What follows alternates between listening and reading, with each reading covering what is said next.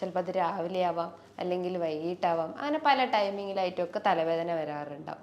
നമ്മൾ അതങ്ങനെ വേദന വന്നു കഴിഞ്ഞാൽ ഒരു പെയിൻ ബാം അല്ലെങ്കിൽ വിക്സോ അല്ലെങ്കിൽ അമൃതാഞ്ജൻ പോലത്തെ എന്തെങ്കിലും ഒരു പെയിൻ ബാം വെച്ചിട്ട് നമ്മളത് ജസ്റ്റ് ഒന്ന് അപ്ലൈ ചെയ്ത് കഴിഞ്ഞാൽ പിന്നെ അത് താൽക്കാലികമായിട്ട് ശമിക്കുന്നു. ഇതാണ് എല്ലാവരും ചെയ്യാറ്. ഇതിനെക്കുറിച്ചിട്ട് കൂടുതലായിട്ട് എന്താണ് കാരണം, അല്ലെങ്കിൽ ഇത് എന്തുകൊണ്ട് ഇങ്ങനെ വരുന്നുണ്ട്, ഇതെന്തിനാ ഇങ്ങനെ പ്രൊലോങ്ഡ് ആയിട്ട് നിൽക്കുന്നത് എന്നൊന്നും അന്വേഷിക്കാറുണ്ടായിരുന്നില്ല. കാലുകളിൽ നീർക്കെട്ടുണ്ടാവാം, തലയിൽ നീർക്കെട്ടുണ്ടാവാം, അങ്ങനെ പല രീതിയിലുള്ള നീർക്കെട്ടുകൾ ഉണ്ടെങ്കിൽ അത് കുറയ്ക്കാൻ സഹായിക്കുന്ന ഫുഡ് ഐറ്റംസ് നമ്മൾ ഭക്ഷണത്തിൽ ഉൾപ്പെടുത്തുക. ഈ ഒരു റീജിയനിലാണെങ്കിൽ ജസ്റ്റ് ഈ ഒരു റീജിയനിൽ മസാജ് ചെയ്യുക. അതേപോലെ തന്നെ നമ്മൾ ഈ ഒരു വെർട്ടെക്സ് റീജിയനിൽ, അതായത് മൂർധാവിലൊക്കെ ജസ്റ്റ് ഒന്ന് മസാജ് ചെയ്യുന്നത് ഒരു ടെമ്പററി റിലീഫിന് മാത്രമാണ്. ഹായ്, ഞാൻ doctor Juhi Das, QNB health കെയറിലെ ഹോമിയോപ്പത്തിക് ഫിസിഷ്യനാണ്. ഒന്ന് തലവേദന വരാത്തവരായിട്ട് ആരും തന്നെ ഉണ്ടാവില്ല. ചിലപ്പോൾ അത് രാവിലെ ആവാം, അല്ലെങ്കിൽ വൈകിട്ടാവാം, അങ്ങനെ പല ടൈമിങ്ങിലായിട്ടൊക്കെ തലവേദന വരാറുണ്ടാവും. നമ്മൾ അതങ്ങനെ വേദന വന്നു കഴിഞ്ഞാൽ ഒരു പെയിൻ ബാം അല്ലെങ്കിൽ വിക്സോ അല്ലെങ്കിൽ അമൃതാഞ്ജൻ പോലത്തെ എന്തെങ്കിലും ഒരു പെയിൻ ബാം വെച്ചിട്ട് നമ്മളത് ജസ്റ്റ് ഒന്ന് അപ്ലൈ ചെയ്ത് കഴിഞ്ഞാൽ പിന്നെ അത് താൽക്കാലികമായിട്ട് ശമിക്കുന്നു.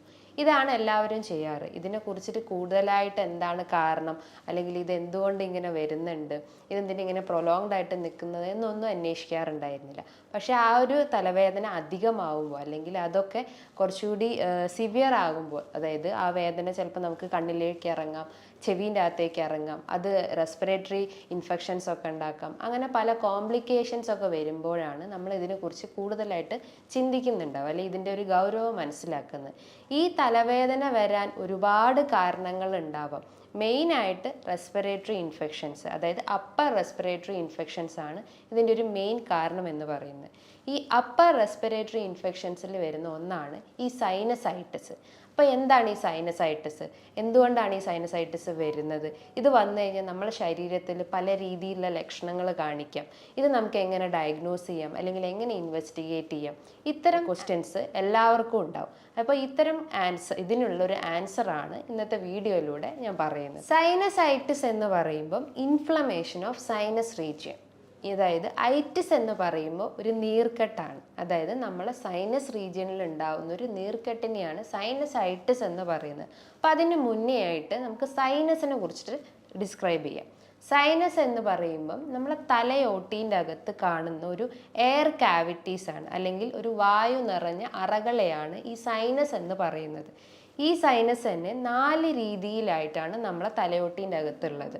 ഫ്രണ്ടൽ സൈനസ് ഉണ്ട്, മാക്സിലറി സൈനസ് ഉണ്ട്, എത്തിമോയിഡൽ സൈനസ് ഉണ്ട്, സ്ഫിനോയിഡൽ സൈനസ് ഉണ്ട്. അങ്ങനെ 4 രീതിയിലായിട്ടാണ് ഈ സൈനസ് നമ്മളെ തലയോട്ടീൻ്റെ അകത്തുള്ളത്.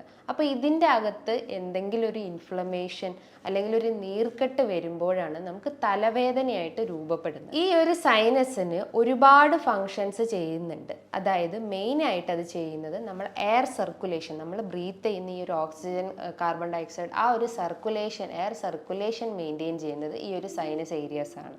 അതോടൊപ്പം തന്നെ നമ്മളെ വോയിസ് മോഡുലേഷൻ, നമ്മളെ സൗണ്ടിനെയൊക്കെ ഒന്ന് കൺട്രോൾ ചെയ്യുന്നത് ഈ സൈനസ് ആണ്. അതോടൊപ്പം തന്നെ നമ്മളെ ഒരു വെയിറ്റ്, അതായത് ഹെഡിൻ്റെ അല്ലെങ്കിൽ ബ്രെയിനിൻ്റെ വെയിറ്റ് കൺട്രോൾ ചെയ്യുന്നത്, അല്ലെങ്കിൽ ആ ഒരു പ്രഷർ കൺട്രോൾ ചെയ്യുന്നതും ഈ ഒരു സൈനസ് ഏരിയാസ് ആണ്. അപ്പം ഇതിലൊക്കെ, അല്ലെങ്കിൽ ഈ ഒരു ഫങ്ഷൻസ് ഒക്കെ ഇംപ്രോപ്പർ ആവുമ്പോഴാണ് നമുക്ക് ഈ ഒരു സൈനസൈറ്റിസിലേക്ക് അത് ലീഡ് ചെയ്യുന്നത്. അപ്പോൾ ഈ ഒരു സൈനസൈറ്റിസ് വരാൻ ഒരുപാട് കാരണങ്ങളുണ്ടെന്ന് ഞാൻ പറഞ്ഞു. അപ്പോൾ ആ ഒരു കാരണങ്ങൾ എന്തൊക്കെയാണെന്ന് നമുക്കിവിടെ ഡിസ്ക്രൈബ് ചെയ്യാം. ഫസ്റ്റായിട്ട് നമുക്ക് പറയാം, എന്തെങ്കിലും ഒരു ഇൻഫെക്ഷൻസ് പറയാം. ഇൻഫെക്ഷൻ്റെ അകത്ത് ഫംഗൽ ഇൻഫെക്ഷൻ ആവാം, ബാക്ടീരിയൽ ഇൻഫെക്ഷൻസ് ആവാം, വൈറൽ ഇൻഫെക്ഷൻസ് ആവാം. അതായത് എന്തെങ്കിലും ഒരു മൈക്രോ ഓർഗാനിസം അല്ലെങ്കിൽ എന്തെങ്കിലും ഒരു ജീവാണു നമ്മളെ ശരീരത്തിൽ കയറിക്കഴിഞ്ഞാൽ നമ്മളെ ബോഡി അതിനെതിരായിട്ട് പ്രതികരിക്കും. അപ്പം ഈ ഒരു ഇൻഫ്ലമേറ്ററി ചേഞ്ചസ് ഒക്കെ ബോഡിയിൽ കാണിച്ചെന്ന് വരാം. ബാക്ടീരിയൽ ഇൻഫെക്ഷൻസ് വരുമ്പോൾ ബാക്ടീരിയൽ ഇൻഫെക്ഷൻസ് എന്ന് പറയുമ്പോൾ അതും എന്തെങ്കിലും ഒരു മൈക്രോ ഓർഗാനിസം ആവാം. അതായത് സ്ട്രെപ്റ്റോകോക്കൽ പോലത്തെ അല്ലെങ്കിൽ ന്യൂമോണിയ ഒക്കെ ഉണ്ടാക്കുന്ന അങ്ങനത്തെ മൈക്രോ ഓർഗാനിസം ഒക്കെയാണ് ഈ ഒരു സൈനസൈറ്റിസിൻ്റെ ഒരു കാരണം.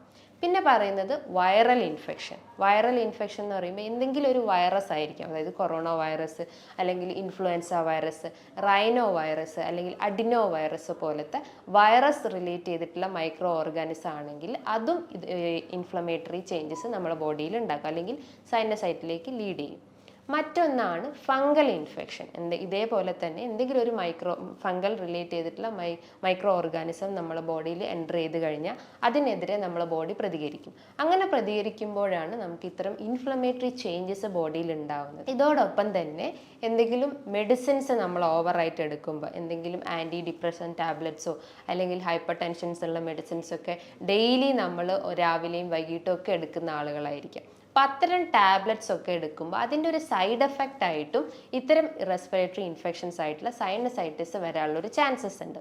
മറ്റൊരു കാരണം എന്ന് പറഞ്ഞു കഴിഞ്ഞാൽ നമ്മൾ കൂടുതലായിട്ട് യാത്ര ചെയ്യുമ്പോൾ, ബിക്കോസ് ആ ഒരു യാത്ര ചെയ്യുമ്പോൾ നമ്മൾ എത്രം ക്യാവിറ്റീസിലേക്ക് അല്ലെങ്കിൽ ചെവി, മൂക്ക്, കണ്ണിലേക്കൊക്കെ ഇത്രയും എയർ കൂടുതലായിട്ട് നമ്മുടെ ബോഡിയിലേക്ക് കയറുമ്പോൾ അത്തരം ഇൻഫെക്ഷൻസ് വരാം. ചിലർക്ക് ട്രാവൽ ചെയ്യുമ്പോഴേക്കും ഇത്തരം ഇൻഫെക്ഷൻസ് ഒക്കെ അധികമാവുന്നത് അല്ലെങ്കിൽ ഇത്തരം സിംറ്റംസ് ഒക്കെ അധികമാവുന്നത്.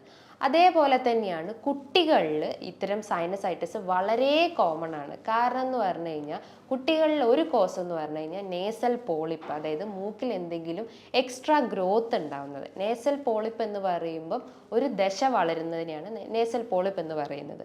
സോ എക്സ്ട്രാ ഒരു ഗ്രോത്ത് ഉണ്ടായി കഴിഞ്ഞ് കഴിഞ്ഞാൽ അവർക്ക് ഈ ഒരു സൈനസിൻ്റെ പ്രശ്നങ്ങൾ ഉണ്ടാവും.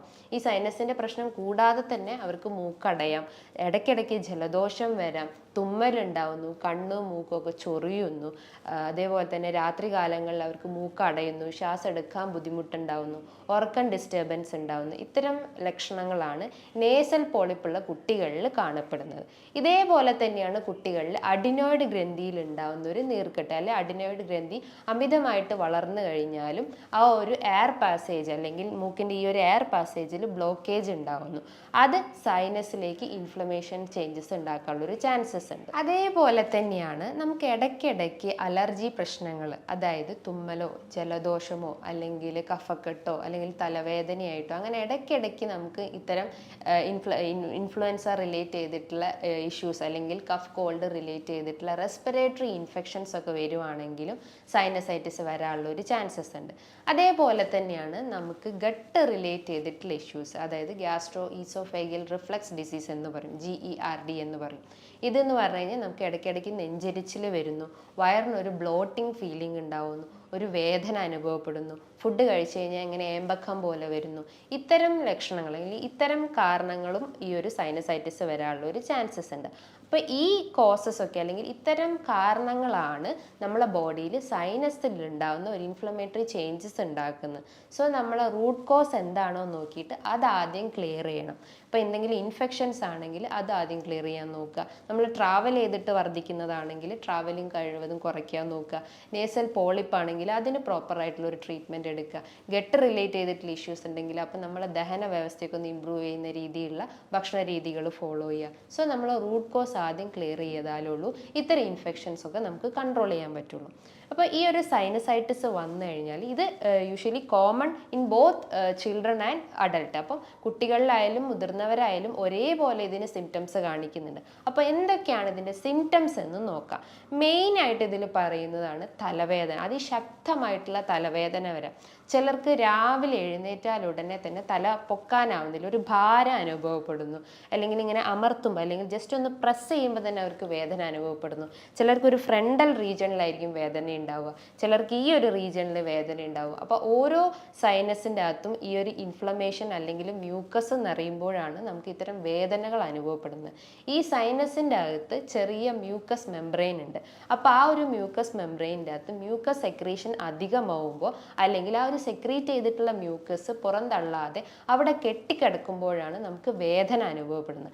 അങ്ങനെയാണ് നമുക്ക് ഈ ഒരു ഫ്രണ്ടൽ റീജിയണിൽ വേദന ഉണ്ടാവുക. അതായത് ഫ്രണ്ടൽ സൈനസിൽ ഈ ഒരു മ്യൂക്കസ് അടിഞ്ഞു കൂടുമ്പോൾ അത് ഫ്രണ്ടൽ ഹെഡേക്ക് ആയിട്ട് പോകുന്നു. അതേപോലെ ഈ ഒരു മാക്സിലറി റീജിയണിൽ മ്യൂക്കസ് അടിഞ്ഞു കൂടുമ്പോൾ അത് മാക്സിലറി പെയിൻ ആയിട്ടോ അല്ലെങ്കിൽ ഈ ഒരു ഏരിയയിൽ വേദന അനുഭവപ്പെടുന്നു. അപ്പോൾ തലവേദനയാണ് ഇതിൻ്റെ ഒരു പ്രധാന ലക്ഷണം നമുക്ക് പറയാം.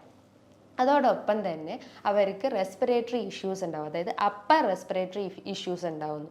മൂക്ക് നോക്കുകയാണെങ്കിൽ അവർക്ക് മൂക്കടഞ്ഞൊരവസ്ഥ വരുന്നു, ശ്വാസം എടുക്കാൻ ബുദ്ധിമുട്ടുണ്ടാവുന്നു, അതേപോലെ തന്നെ ഇടയ്ക്കിടയ്ക്ക് ക്ഷീണം അനുഭവപ്പെടുന്നു, കിടക്കാൻ തന്നെ തോന്നുന്നു, അതേപോലെ തന്നെ മൂക്ക് ചൊറിയുന്നു, അതായത് കണ്ണും മൂക്കൊക്കെ ഇടയ്ക്കിടയ്ക്ക് ചൊറിച്ചിലുണ്ടാവുന്നു, മൂക്കൊലിപ്പായിട്ട് വരുന്നു, ചിലർക്ക് തൊണ്ടവേദന അനുഭവപ്പെടാം, അതായത് ആ ഒരു ചിലർക്ക് മ്യൂക്കസ് താഴത്തോട്ട് ഇറങ്ങിക്കഴിഞ്ഞിട്ട് തൊണ്ടവേദന അനുഭവപ്പെടാം, ചിലർക്ക് അത് ഗാർഗിൾ ചെയ്ത് അല്ലെങ്കിൽ കവുക്കൊണ്ട് കഴിഞ്ഞാൽ ചിലപ്പോൾ ആ ഒരു വേദന കുറയുന്നത് കാണാം. അതേപോലെ തന്നെ ചിലർക്ക് ഈ ഒരു തലവേദന റേഡിയേറ്റ് ചെയ്തിട്ട് ചെവിൻ്റെ അകത്തേക്ക് വരാം, അതായത് ചെവിയിൽ ഇൻഫെക്ഷൻസ് വരാം. ഇത്തരം ലക്ഷണങ്ങളൊക്കെയാണ് കുട്ടികളിലായാലും മുതിർന്നവരിലും കാണപ്പെടുന്നത്. ഇതോടൊപ്പം തന്നെ അവർക്ക് വോയിസിൽ ചേഞ്ചസ് ഉണ്ടാവുന്നു, ഒരു അടർച്ച വരുന്നു, അല്ലെങ്കിൽ ഡ്രൈ വോയിസ് ഉണ്ടാവുന്നു, അതായത് സംസാരിക്കുമ്പോൾ കറക്റ്റായിട്ട് നമുക്ക് വോയിസ് കിട്ടാത്തൊരവസ്ഥ വരുന്നു. ഇടയ്ക്കിടയ്ക്ക് ത്രോട്ട് ക്ലിയർ ചെയ്യുന്നു, അതായത് നമ്മൾ കഫമൊക്കെ നിറഞ്ഞ് ഇടയ്ക്കിടയ്ക്ക് ത്രോട്ട് ക്ലിയർ ചെയ്യുന്ന ഒരു ചാൻസസ് ഉണ്ട്. സോ അതും ഇതിൻ്റെ ഒരു സിംറ്റമായിട്ട് നമുക്ക് പറയാം. ഇതോടൊപ്പം തന്നെ ഉറക്കം ഡിസ്റ്റർബ് ആവുന്നു, കാരണം ശ്വാസം എടുക്കാനുള്ള ബുദ്ധിമുട്ടുണ്ടാവുന്നു. അപ്പം നമുക്ക് എന്താ പ്രോപ്പറായിട്ട് ഉറക്കം കിട്ടില്ല. ഒരു 6 to 7 മണിക്കൂർ ഉറങ്ങുന്ന ആളുകളാണെങ്കിൽ ഇത്തരം ഇൻഫെക്ഷൻസ് വന്നു കഴിഞ്ഞാൽ അതൊരു 2 to 3 മണിക്കൂർ മാത്രമേ അവർക്ക് ഉറങ്ങാൻ പറ്റുള്ളൂ. അതിപ്പോൾ കുട്ടികളിലായാലും മുതിർന്നവരിലായാലും ഓൾമോസ്റ്റ് എല്ലാം കോമൺ ആയിട്ടുള്ളത് തന്നെയാണ് ഇത്തരം സിംറ്റംസ്. ഇതോടൊപ്പം തന്നെ അവർക്ക് ഇടയ്ക്കിടയ്ക്ക് ഇൻഫെക്ഷൻസ് വരുന്നു, റെസ്പിറേറ്ററി ഇൻഫെക്ഷൻസ് ഇങ്ങനെ റെക്കറൻ്റ് ആയിട്ട് വന്നുകൊണ്ടേ നിൽക്കുന്നു. അതായത് മൂക്കൊലിപ്പാവാം, ജലദോഷമായിട്ടും പനിയായിട്ടും കഫക്കെട്ടായിട്ടും അങ്ങനെ പല രീതിയിലുള്ള റെസ്പിറേറ്ററി ഇൻഫെക്ഷൻസ് ഇങ്ങനെ റെക്കറൻ്റ് ആയിട്ട് വന്നുകൊണ്ടേ നിൽക്കുന്നു. ഇതോടൊപ്പം തന്നെ അവർ പ്രതിരോധശേഷി നല്ല രീതിയിൽ കുറഞ്ഞു പോകുന്നു. പ്രതിരോധശേഷി കുറഞ്ഞു കഴിഞ്ഞാൽ തന്നെ അവരുടെ ബോഡിയിൽ ഇത്തരം ഫോറിൻ ബോഡീസ് എൻ്റർ ചെയ്യും. അതായത് ഈ ഫംഗസോ അല്ലെങ്കിൽ ബാക്ടീരിയസ്, വൈറസ് പോലത്തെ ഇത്തരം പാത്തോജൻസ് ഒക്കെ നമ്മളെ ബോഡിയിൽ എൻ്റർ ചെയ്ത് കഴിഞ്ഞാൽ ഇത്തരം റെസ്പിറേറ്ററി ഇൻഫെക്ഷൻസ് ഒക്കെ ഉണ്ടാക്കുന്നു. അതേപോലെ തന്നെയാണ് ചിലർ പറയാറുണ്ട് അവർക്ക് ടേസ്റ്റിൽ ഉണ്ടാകുന്ന വേരിയേഷൻസ്, അതായത് ചിലർക്ക് സ്മെല്ല് ഇല്ലാത്തൊരവസ്ഥ വരുന്നു. എന്തെങ്കിലും ഒരു ഫുഡ് എടുക്കുകയാണെങ്കിൽ അവർക്ക് പ്രോപ്പറായിട്ട് അതിൻ്റെ ടേസ്റ്റ് മനസ്സിലാവാത്ത ഒരവസ്ഥ വരുന്നു. എക്സാമ്പിൾ നമുക്ക് പറയാം, കൊറോണ ടൈമിൽ ആ ഒരു സിംറ്റംസ് ഒക്കെ വന്നു കഴിഞ്ഞാൽ കൊറോണ ഇൻഫെക്റ്റഡ് ആയിട്ടുള്ള പേഷ്യൻസ് പറയുന്നതാണ് അവർക്ക് സ്മെല്ല് കിട്ടുന്നില്ല, അല്ലെങ്കിൽ ഫുഡൊക്കെ എടുക്കുമ്പോൾ അതിൻ്റെ ഒരു ടേസ്റ്റ് പ്രശ്നം വരുന്നു, ഇടയ്ക്കിടയ്ക്ക് പനി ഉണ്ടാവുന്നു, തൊണ്ടവേദന അനുഭവപ്പെടുന്നു, തൊണ്ടയിൽ ഒരു ചൊറിച്ചിൽ പോലെ അനുഭവപ്പെടുന്നു, ഒരു ഡ്രൈ കഫ് അല്ലെങ്കിൽ ഒരു വരണ്ട ചുമ അല്ലെങ്കിൽ കുത്തി കുത്തി ചുമയ്ക്കുന്ന ഒരു അവസ്ഥ വരുന്നു. ഇത്തരം ലക്ഷണങ്ങളാണ്, അല്ലെങ്കിൽ ഇത്തരം ലക്ഷണങ്ങൾ ഉണ്ടെങ്കിൽ നമുക്ക് ഉറപ്പിക്കാം സൈനസിൽ ഇൻഫ്ലമേറ്ററി ചേഞ്ചസ് വന്നിട്ടുണ്ട്, അല്ലെങ്കിൽ സൈനസൈറ്റിസ് ആണെന്ന് നമുക്ക് പറയാം. സോ ഇത്തരം സിംറ്റംസ് നമ്മൾ കണ്ടു കഴിഞ്ഞാൽ അതിനൊരിക്കലും നമ്മളൊരു നിസ്സാരമായി കാണരുത്, ഒരു താൽക്കാലികമായിട്ട് നമ്മൾ അതിനെ ശമിപ്പിക്കാൻ പാടില്ല. ബിക്കോസ് അത് കാരണം പല കോംപ്ലിക്കേഷൻസും നമ്മളെ ബോഡിയിൽ ഉണ്ടാക്കാം. അപ്പർ റെസ്പിറേറ്ററി ഇൻഫെക്ഷൻസ് ആണ് ഇതിൻ്റെ ഒരു റൂട്ട് കോസ് എന്ന് പറഞ്ഞു. അപ്പോൾ അത് നമ്മൾ ക്ലിയർ ആയിട്ടില്ലെങ്കിൽ അത് കോംപ്ലിക്കേറ്റ് ചെയ്തിട്ട് ചിലപ്പോൾ ന്യൂമോണിയ ആവാം, അല്ലെങ്കിൽ അസ്തമ പോലത്തെ പ്രശ്നങ്ങൾ ഉണ്ടാവാം, അല്ലെങ്കിൽ മറ്റ് ബ്രോങ്കിൽ അസ്തമ, അങ്ങനത്തെ പല രീതിയിലുള്ള കോംപ്ലിക്കേഷൻസ് നമ്മളെ ബോഡിയിൽ ഉണ്ടാക്കാം. നമുക്കറിയാം നമ്മളെ റെസ്പിറേറ്ററി പാത്വേ അല്ലെങ്കിൽ ആ ഒരു എയർവേ ക്ലിയർ ആയിട്ടില്ലെങ്കിൽ നമുക്ക് പ്രോപ്പറായിട്ട് ഉറങ്ങാൻ പറ്റില്ല, പ്രോപ്പറായിട്ട് നമുക്ക് ഒരാളോട് സംസാരിക്കാൻ പറ്റില്ല, നമുക്ക് ദഹനത്തിൻ്റെ പ്രശ്നങ്ങൾ വരും, അങ്ങനെ പല രീതിയിലുള്ള ലക്ഷണങ്ങൾ കാണിക്കും. സോ നമ്മൾ റെസ്പിറേറ്ററി പാത്വേ പ്രോപ്പറായിട്ട് ക്ലിയർ ചെയ്യുന്ന രീതിയിലുള്ള മെഡിസിൻസും ഡയറ്റും നമ്മൾ ഫോക്കസ് ചെയ്യണം. ഇത്തരം ലക്ഷണങ്ങൾ കണ്ടു കഴിഞ്ഞാൽ നമ്മളൊരു ഡോക്ടറെ കാണണം. അപ്പോൾ ഡോക്ടർ നിർദ്ദേശിക്കുന്ന ഇൻവെസ്റ്റിഗേഷൻ എന്ന് പറഞ്ഞു കഴിഞ്ഞാൽ അവർക്കൊരു നേസൽ എൻഡോസ്കോപ്പി എടുക്കാം. ഒരു ട്യൂബ് നമ്മളെ ഒരു നേസൽ പാത്വേയിൽ ഇട്ട് കഴിഞ്ഞാൽ അതിലെന്തെങ്കിലും എക്സ്ട്രാ ഗ്രോത്ത് ഉണ്ടോ, അല്ലെങ്കിൽ എന്തെങ്കിലും ഡാമേജ് പറ്റിയിട്ടുണ്ടോ, അല്ലെങ്കിൽ ഈ ഒരു നേസൽ സെപ്റ്റം ഡീവിയേറ്റഡ് ആണോ എന്നൊക്കെ അറിയാൻ സാധിക്കും. ഈ ഒരു നേസൽ സെപ്റ്റത്തിൽ എന്തെങ്കിലും ഒരു വളവ് വന്നു കഴിഞ്ഞാലും നമുക്ക് സൈനസ് ഇൻഫെക്ഷൻസ് വരാം, അലർജി പ്രശ്നങ്ങൾ വരാം, അങ്ങനെ പല കോംപ്ലിക്കേഷൻസും ഉണ്ടാവും. അപ്പോൾ നേസൽ എൻഡോസ്കോപ്പിയാണ് ഇതിൻ്റെ ഒരു ഇൻവെസ്റ്റിഗേറ്ററി മെത്തേഡ്. രണ്ടാമതായിട്ട് നമുക്ക് ഒരു ബ്ലഡ് ടെസ്റ്റ് ചെയ്യാം. ബ്ലഡ് ടെസ്റ്റിൻ്റെ അകത്ത് എസിനോഫിലിൻ്റെ കൗണ്ട് ചെക്ക് ചെയ്ത് കഴിഞ്ഞാൽ നമ്മളെ ബോഡിയിൽ അലർജി ടെൻഡൻസി ഉണ്ടോ എന്ന് അറിയാൻ സഹായിക്കും. സോ എസിനോഫിലിൻ്റെ വാല്യൂസ് നോക്കുക. അതോടൊപ്പം തന്നെ നമുക്ക് ആൻറ്റിബോഡി ടെസ്റ്റുകൾ ചെയ്യും. IgE എന്ന് പറഞ്ഞിട്ടുള്ള ഒരു ആൻറ്റിബോഡി ടെസ്റ്റ് ചെയ്ത് കഴിഞ്ഞാലും നമ്മളെ ബോഡിയിൽ എന്തെങ്കിലും ഒരു ഇൻഫ്ലമേഷൻ വന്നിട്ടുണ്ടോ, അല്ലെങ്കിൽ അലർജിക് ആവാനുള്ള ടെൻഡൻസി ഉണ്ടോ എന്നൊക്കെ അറിയാൻ പറ്റുന്നതാണ്. സോ ഇത്തരം ഇൻവെസ്റ്റിഗേഷൻ ചെയ്ത് കഴിഞ്ഞാൽ നമുക്ക് കൺട്രോൾ ചെയ്യാം, എന്തൊക്കെ നമുക്ക് പ്രിവെൻറ്റ് ചെയ്യാം എന്നൊക്കെ അറിയാൻ പറ്റുന്നതാണ്. ഇനി നമുക്ക് മാനേജ്മെൻറ്റ് അല്ലെങ്കിൽ നമ്മളെ ഡയറ്റിലൊക്കെ ചെറിയൊരു വ്യതിയാനങ്ങൾ വരുത്തി കഴിഞ്ഞാൽ ഇത്തരം സിംറ്റംസ് ഒക്കെ നമുക്കൊന്ന് ശമിപ്പിക്കാൻ പറ്റും. അപ്പം കൺട്രോൾ ചെയ്യാന്ന് പറഞ്ഞാൽ അല്ലെങ്കിൽ നമ്മൾ ശ്രദ്ധിക്കേണ്ട കാര്യങ്ങൾ എന്ന് പറഞ്ഞു കഴിഞ്ഞാൽ ചിലരുണ്ടാവും കുളിച്ച് കഴിഞ്ഞാൽ അല്ലെങ്കിൽ തലയിൽ നന്നായിട്ട് ഓയിൽ ഇട്ടിട്ട് വെയിലത്തോട്ട് ഇറങ്ങിയിട്ടൊക്കെ പിന്നീടായിരിക്കും അവർ കുളിക്കാൻ പോവുക. അപ്പം അങ്ങനത്തെ സിസ്റ്റംസ് ഒക്കെ ഉണ്ടെങ്കിൽ അതൊക്കെ ഒന്ന് ഒഴിവാക്കുക. അതേപോലെ നമ്മൾ കുളിക്കുകയാണെങ്കിൽ തന്നെ കഴിവതും മോർണിംഗിൽ കുളിക്കാൻ ശ്രമിക്കുക. ഒരു ലേറ്റ് നൈറ്റ് അല്ലെങ്കിൽ ഈവനിങ് ഒക്കെ ഉണ്ടെങ്കിൽ അത് കഴിവതും ഒഴിവാക്കാൻ ശ്രമിക്കുക. ഇപ്പോൾ ഒരു ചൂട് സീസൺ ആയതുകൊണ്ട് തന്നെ നമ്മൾ പെട്ടെന്ന് ഫ്രിഡ്ജിൽ പോയിട്ട് തണുത്ത വെള്ളമൊക്കെ എടുത്ത് കുടിക്കും. അതായത് നമ്മുടെ ശരീരം നന്നായി വേർത്ത് കഴിഞ്ഞാൽ പെട്ടെന്ന് തന്നെ നമ്മൾ ഈ ഒരു തണുത്ത വെള്ളമൊക്കെ എടുത്ത് കുടിച്ചു കഴിഞ്ഞാൽ നമുക്ക് ത്രോട്ട് ഇൻഫെക്ഷൻസ് വരാം, റെസ്പിറേറ്ററി ഇൻഫെക്ഷൻസ് ഒക്കെ വരാനുള്ളൊരു ചാൻസസ് ഉണ്ട്. അപ്പം നമ്മൾ അതൊക്കെ ഒന്ന് കൺട്രോൾ ചെയ്യാം. നമുക്കറിയാം prevention is better than cure. നമ്മൾ രോഗം വരുന്നതിന് മുന്നേ തന്നെ അതിനെ തടയാനാണ് ശ്രമിക്കേണ്ടത്. അപ്പം നമ്മൾ ഈ ഒരു ചെറിയ മാറ്റങ്ങളൊക്കെ വരുത്തി കഴിഞ്ഞ് കഴിഞ്ഞാൽ നമുക്ക് ഇത്തരം സിംറ്റംസ് ഒക്കെ ഒന്ന് കൺട്രോൾ ചെയ്യാൻ പറ്റും. അതേപോലെ തന്നെയാണ് ചിലർ പുറത്തുനിന്ന് വന്നു കഴിഞ്ഞാൽ അല്ലെങ്കിൽ നമ്മുടെ ശരീരം അധികമായിട്ട് വേർത്ത് കഴിഞ്ഞാൽ അപ്പം തന്നെ പോയി കുളിക്കാറുണ്ട്. ആ ഒരു സിസ്റ്റം നമ്മൾ ഒഴിവാക്കുക. നമ്മളെ ബോഡി ഒന്ന് കൂളാക്കി അല്ലെങ്കിൽ നമ്മളൊന്ന് കാമായി ഇരുന്നതിന് ശേഷം നമ്മളൊന്ന് ബാത്തിങ് ചെയ്യുന്നത് ഏറ്റവും നല്ലതാണ്. ഇനി നല്ല രീതിയിൽ ഓയിൽ ചെയ്തിട്ടൊക്കെ കുളിക്കുകയാണെങ്കിൽ അതൊക്കെ ഒന്ന് ഒഴിവാക്കിയിട്ട് ഒന്നിടവിട്ട ദിവസങ്ങളിൽ കുളിക്കാൻ ശ്രമിക്കുക. ഇത്തരം സൈനസ് ഇൻഫെക്ഷൻ ഉള്ള ആളുകളെ ഇത് മെയിനായിട്ട് ഫോക്കസ് ചെയ്യേണ്ടത്. മറ്റ് റെസ്പിറേറ്ററി ഇൻഫെക്ഷൻസ് ഉണ്ടെങ്കിൽ അതൊക്കെ ഒന്ന് ഒഴിവാക്കാൻ ശ്രമിക്കുക. അതേപോലെ തന്നെയാണ് നമുക്ക് ഇത്തരം അമിതമായിട്ടുള്ള തലവേദനയൊക്കെ അനുഭവപ്പെടുക അല്ലെങ്കിൽ തലയ്ക്കൊരു ഭാരം അനുഭവപ്പെടുകയാണെങ്കിൽ നമുക്ക് വീട്ടിൽ തന്നെ ജസ്റ്റ് ഒന്ന് ആവി പിടിച്ചാൽ നല്ലതാണ്. ഡെയിലി 1-2 വട്ടം രാവിലെയോ വൈകിട്ടോ ഒക്കെ ആയിട്ട് ആവി പിടിക്കുന്നത് അത്രയും നല്ലതാണ്. ബിക്കോസ് അത് ചെയ്തു കഴിഞ്ഞാൽ നമ്മൾ ഈ ഒരു എയർ പാസേജ് അല്ലെങ്കിൽ ഈ ഒരു സൈനസ് റീജിയനിലുള്ള ഒരു മ്യൂക്കസ് ഒക്കെ ഒന്ന് ഇളകിയിട്ട് ചിലപ്പോൾ നമുക്കത് കഫായിട്ട് പുറത്ത് തുപ്പിക്കളയാനുള്ളൊരു ചാൻസസ് ഉണ്ട്. സോ നമ്മൾ ആവി പിടിക്കുന്നത് ഏറ്റവും നല്ലതാണ്. അതിൻ്റെ അകത്ത് കഴിവതും ഒന്നും ആഡ് ചെയ്യരുത്. നല്ല ചൂടുവെള്ളം വെച്ചിട്ട് തന്നെ ആവി പിടിക്കാൻ ശ്രമിക്കുക. അതേപോലെ തന്നെ നമ്മളെ ഡയറ്റിൽ മെയിനായിട്ട് ഫോക്കസ് ചെയ്യേണ്ടത് ആൻറ്റി ഇൻഫ്ലമേറ്ററി ചേഞ്ചസ് വരുത്തുന്ന ഭക്ഷണ രീതികൾ കൊണ്ടുവരിക. ആൻറ്റി ഇൻഫ്ലമേറ്ററി എന്ന് പറയുമ്പം നീർക്കെട്ട് കുറയ്ക്കാൻ സഹായിക്കുന്നത്. നമുക്ക് കാലുകളിൽ നീർക്കെട്ടുണ്ടാവാം, തലയിൽ നീർക്കെട്ടുണ്ടാവാം, അങ്ങനെ പല രീതിയിലുള്ള നീർക്കെട്ടുകൾ ഉണ്ടെങ്കിൽ അത് കുറയ്ക്കാൻ സഹായിക്കുന്ന ഫുഡ് ഐറ്റംസ് നമ്മൾ ഭക്ഷണത്തിൽ ഉൾപ്പെടുത്തുക. അതായത് മഞ്ഞൾ നമുക്കെടുക്കാം. മഞ്ഞളിനകത്ത് കുർക്കുമിൻ എന്ന് പറഞ്ഞ കണ്ടന്റ് ഉണ്ട്. ഇത് നമ്മുടെ ശരീരത്തിൽ എന്തെങ്കിലും അടിഞ്ഞുകൂടി കിടക്കുന്ന ഈ ഒരു സ്വെല്ലിങ്ങിനെയും അല്ലെങ്കിൽ ഈ നീർക്കെട്ടിനെയും ഒക്കെ റെഡ്യൂസ് ചെയ്യാൻ സഹായിക്കുന്നത്. അതായത് നമ്മൾ എയർ പാസേജ് ഒക്കെ ഒന്ന് ക്ലിയർ ആക്കാൻ സഹായിക്കുന്ന. അതേപോലെ തന്നെ ഒരു ആൻറ്റി ഇൻഫ്ലമേറ്ററി പ്രോപ്പർട്ടി ഉള്ളതാണ് ജിഞ്ചർ. അതായത് അത് നമ്മളെ ഭക്ഷണത്തിൽ ഉൾപ്പെടുത്തുന്നത് ഏറ്റവും നല്ലതാണ്. അത് നമ്മളെ ദഹന വ്യവസ്ഥയൊക്കെ ഒന്ന് ഇമ്പ്രൂവ് ചെയ്യും, നല്ല ബാക്ടീരിയാസിനെ ഒന്ന് ഉൽപ്പാദിപ്പിക്കാൻ സഹായിക്കുന്നതാണ്.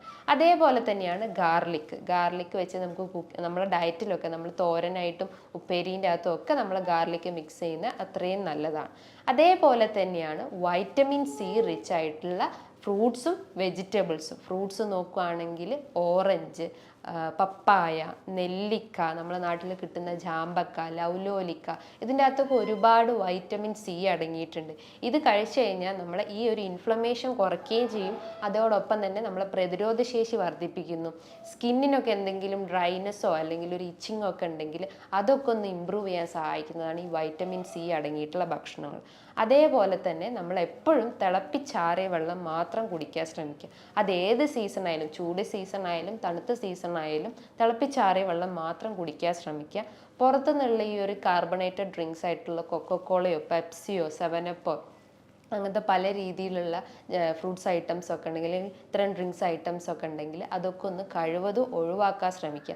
നമുക്കറിയാം കഴിഞ്ഞ ദിവസം നമ്മൾ ന്യൂസുകളിലൊക്കെ കണ്ടിട്ടുണ്ട്, ഒരു 14 വയസ്സായിട്ടുള്ളൊരു കുട്ടി ഈ ഒരു സോഫ്റ്റ് ഡ്രിങ്ക്സ് ഐറ്റംസ് ഡെയിലി കുടിച്ചിട്ട് അവരെ മരണപ്പെട്ടു എന്ന്. അതായത് ഒരു പോസ്റ്റ്മോർട്ടം റിപ്പോർട്ട് നോക്കിയപ്പോൾ അവരെ കിഡ്നി വളരെ വീക്കായിട്ടുണ്ട്, കിഡ്നിയിൽ ശ്രിങ്കേജ് വന്നു, അതായത് ചുരുങ്ങിപ്പോയൊരവസ്ഥ ഉണ്ട്.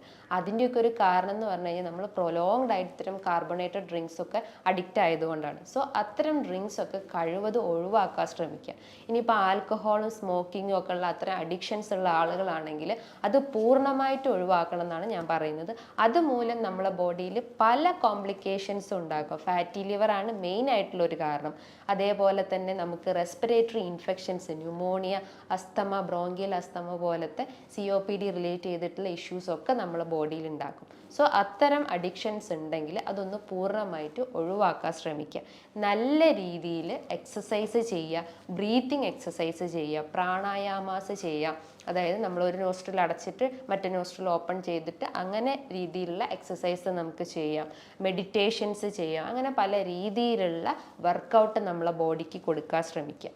ഇനിയിപ്പോൾ തൊണ്ടവേദന ബുദ്ധിമുട്ടുകളൊക്കെ ഉള്ള ആളുകളാണെങ്കിൽ അവർക്ക് ഗാർഗിൾ ചെയ്യാം. അതായത് കവുക്കൊള്ളാം, ഉപ്പിട്ട് വെച്ചിട്ട് ചൂടുവെള്ളത്തിൽ കവുക്കൊള്ളുന്നത് ഏറ്റവും നല്ലതാണ്. ആ ഒരു ത്രോട്ട് ഇൻഫെക്ഷൻസ് ഒക്കെ ഒന്ന് റിഡ്യൂസ് ചെയ്യാൻ സഹായിക്കും. ഇതേപോലെ തന്നെയാണ് നമുക്ക് ഇൻഫ്ലമേറ്ററി ചേഞ്ചസ് വരുത്തുന്നതാണ് ഞാൻ നേരത്തെ പറഞ്ഞിട്ടുള്ള ജിഞ്ചർ, ഗാർലിക്, ഹണി, കുരുമുളക്, മഞ്ഞൾ, ഇതൊക്കെ അല്ലെങ്കിൽ പനിക്കൂർക്ക, നമ്മളെ തൊടിയിലൊക്കെ ഉണ്ടാകുന്ന പനിക്കൂർക്ക, ഇതൊക്കെ നമ്മളെ ഡയറ്റിൽ ഉൾപ്പെടുത്തുന്നത് ഏറ്റവും നല്ലതാണ്. അതായത് നമുക്ക് എന്തെങ്കിലും പെട്ടെന്നൊരു ഇൻഫെക്ഷൻസ് ഒക്കെ വന്നാൽ ടെമ്പററി ആയിട്ട് അതിനൊന്ന് മാറ്റിയെടുക്കണമെങ്കിൽ നമുക്ക് തേനും അല്ലെങ്കിൽ ജിഞ്ചറിൻ്റെ ഒരു നീരെടുക്കുക, അതിനകത്തേക്ക് കുറച്ച് കുരുമുളകൊക്കെ ഒന്ന് ആഡ് ചെയ്തിട്ട് അതിൻ്റെ ഒരു പേസ്റ്റ് നമുക്ക് അല്ലെങ്കിൽ ആ ഒരു സിറപ്പ് അല്ലെങ്കിൽ ആ ഒരു സ്പൂണ് നമ്മൾ കഴിക്കുന്നത് ഏറ്റവും നല്ലതാണ്. അത് നമ്മൾ ആ ഒരു ദഹന വ്യവസ്ഥ ഇമ്പ്രൂവ് ചെയ്യും, റെസ്പിറേറ്ററി പാത്വേസ് ഒക്കെ ഒന്ന് ക്ലിയർ ചെയ്യാൻ സഹായിക്കുന്നതാണ്. ഇനിയിപ്പോൾ ശക്തമായിട്ടുള്ള വേദനയൊക്കെ ഉണ്ടെങ്കിൽ അല്ലെങ്കിൽ ഈ പറഞ്ഞിട്ടുള്ള ഏരിയാസിലൊക്കെ ഭയങ്കരമായിട്ട് വേദന അനുഭവപ്പെടുകയാണെങ്കിൽ നമ്മളൊരു ഇത് വെച്ചിട്ട് അല്ലെങ്കിൽ ഒരു ഫിംഗർ വെച്ചിട്ട് ജസ്റ്റ് ഒന്ന് മസാജ് ചെയ്യുക. ഓവർ പ്രഷർ കൊടുക്കരുത്, നല്ല രീതിയിലൊന്ന് മസാജ് ചെയ്ത് കൊടുക്കുക. ഈ ഒരു റീജിയനിലാണെങ്കിൽ ജസ്റ്റ് ഈ ഒരു റീജിയനിൽ മസാജ് ചെയ്യുക. അതേപോലെ തന്നെ നമ്മൾ ഈ ഒരു വെർട്ടെക്സ് റീജിയനിൽ അതായത് മൂർധാവിലൊക്കെ ജസ്റ്റ് ഒന്ന് മസാജ് ചെയ്യുന്നത് ഒരു ടെമ്പററി റിലീഫിന് മാത്രമാണ്. അപ്പം നമുക്ക് ഈ ഒരു ട്രീറ്റ്മെൻറ്റിന് ഇത്തരം രീതിയിലുള്ള ഒരു ഭക്ഷണ രീതികളും ഡയറ്റും അല്ലെങ്കിൽ എക്സസൈസൊക്കെ ഫോക്കസ് ചെയ്ത് കഴിഞ്ഞാൽ സിംറ്റംസ് ഒക്കെ ഒന്ന് റെഡ്യൂസ് ചെയ്യാൻ പറ്റും. കുട്ടികളിൽ ഇത്തരം സിംറ്റംസ് കാണുകയാണെങ്കിൽ നമ്മൾ എത്രയും പെട്ടെന്ന് തന്നെ ഒരു ഡോക്ടറെ നിർദ്ദേശപ്രകാരം ട്രീറ്റ്മെൻറ്റ് സ്റ്റാർട്ട് ചെയ്യേണ്ടതാണ്. സോ ഇതുമായി ബന്ധപ്പെട്ട് നിങ്ങൾക്ക് എന്തെങ്കിലും സംശയങ്ങളുണ്ടെങ്കിൽ താഴെ കാണുന്ന നമ്പറിൽ കോൺടാക്റ്റ് ചെയ്യാവുന്നതാണ്. നല്ലൊരു ഹെൽത്ത് ടോപ്പിക്കുമായി വീണ്ടും കാണാം. നന്ദി.